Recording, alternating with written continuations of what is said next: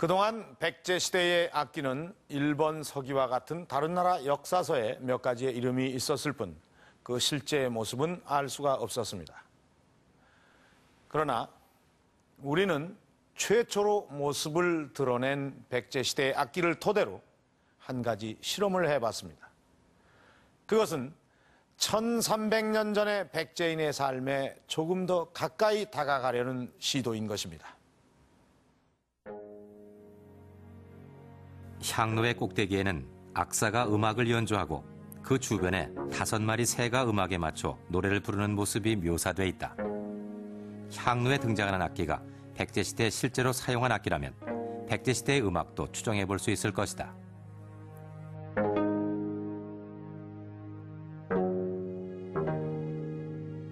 향로의 악기 중에서 현재 사용되는 악기와 가장 쉽게 비교할 수 있는 것은 검은고의 원형으로 추정되는 악기다.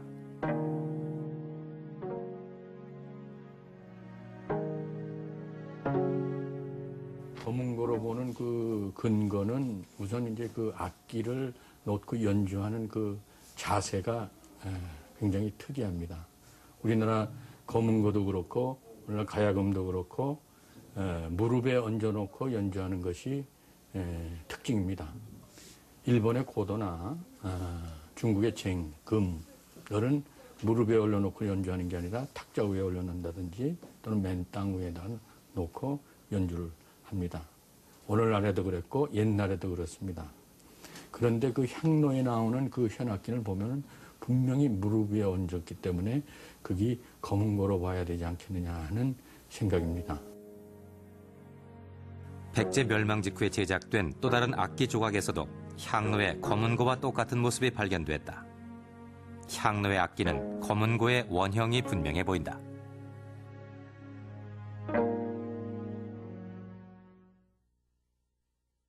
검은고를 제외한 4개의 악기는 지금은 사라지고 없거나 연주법을 모르는 악기들이다.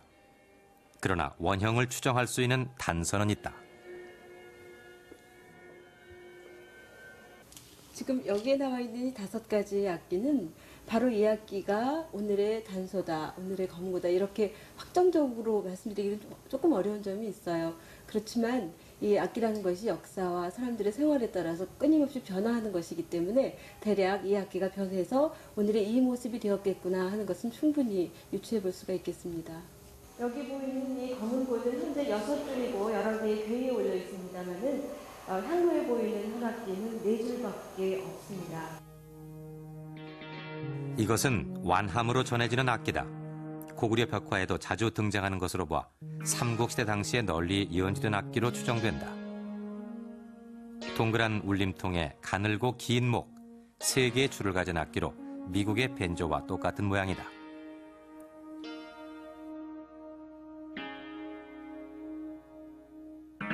완함은 조선시대까지 연주했던 월금의 원형으로 보인다. 그러나 지금은 월금의 연주법도 전해지지 않는다. 비파는 월금이 변형된 악기다.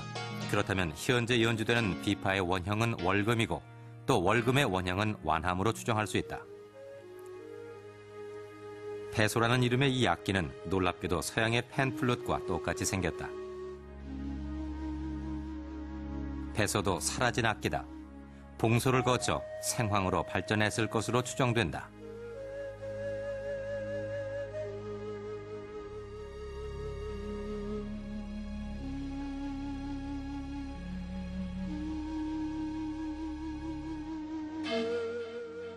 소는 기다란 형태의 관악기로 지금의 단소나 퉁소의 원형으로 보인다. 입술에 붙이지 않고 떨어뜨려 연주하는 모습이 다르다. 냄비처럼 엎어놓고 치는 이 악기는 좌고다. 형태는 다르지만 연주법은 지금의 북과 크게 다르지 않을 것으로 보인다. 그 5악기가 관악기 둘, 현악기 둘, 타악기 하나이기 때문에 최소한의 실내악 편성이지 않았겠느냐 이렇게 생각이 됩니다. 그렇다면 이들이 과연 어떤 음악을 연주했을까? 이제 음악의 원형을 찾아볼 차례다.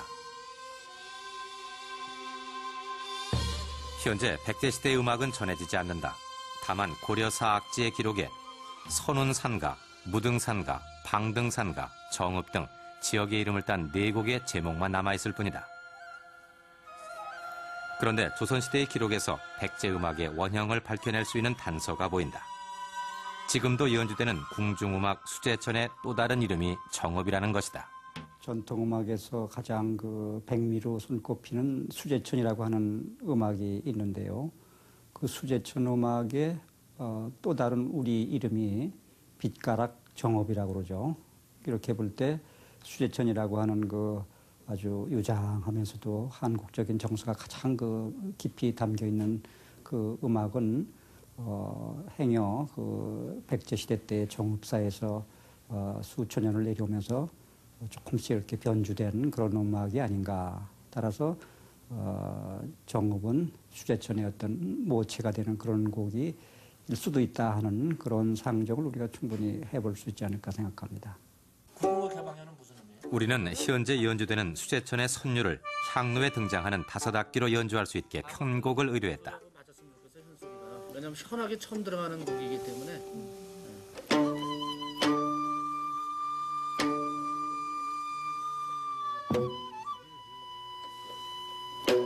백제시대의 악기에 뿌리를 둔 현대의 악기로 백제시대의 정읍에 뿌리를 둔 수제천을 연주하면 과연 어떤 음악이 될까? 어때요, 기유 씨? 이거 원래 수제천하고 좀 어때요? 네, 이 느낌이? 대목은 이게 원래 수제천하고는 많이 다릅니다. 예.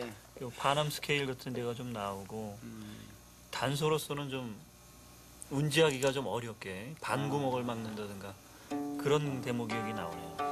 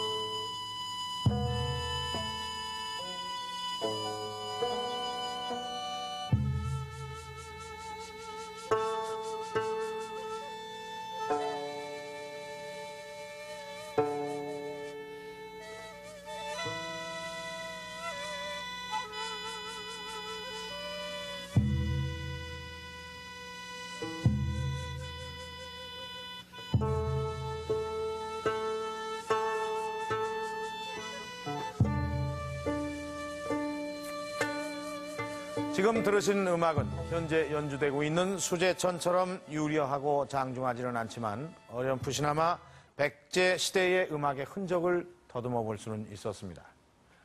오늘 우리는 1300년간의 긴 침묵을 깨고서 우리 앞에 나타난 백제 대향로를 통해서 사비시대 백제인의 숨결을 느낄 수가 있었습니다. 그 시기는 흔히 알려져 있는 것처럼 백제가 멸망으로 기울어져가는 그런 시대가 아니라